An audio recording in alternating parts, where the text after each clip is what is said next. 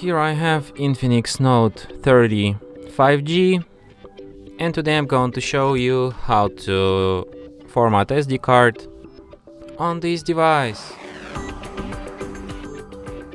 So firstly you should open settings, then you should go to the storage section, switch to the portable, tap on 3 dots next to the SD card, then tap format and erase and format.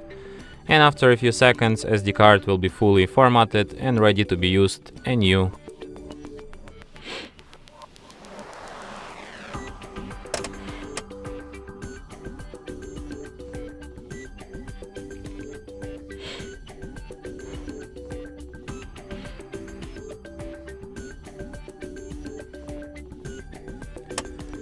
And that's it. Thanks for watching. If you find this tutorial useful, don't forget to hit that like button and subscribe to our channel.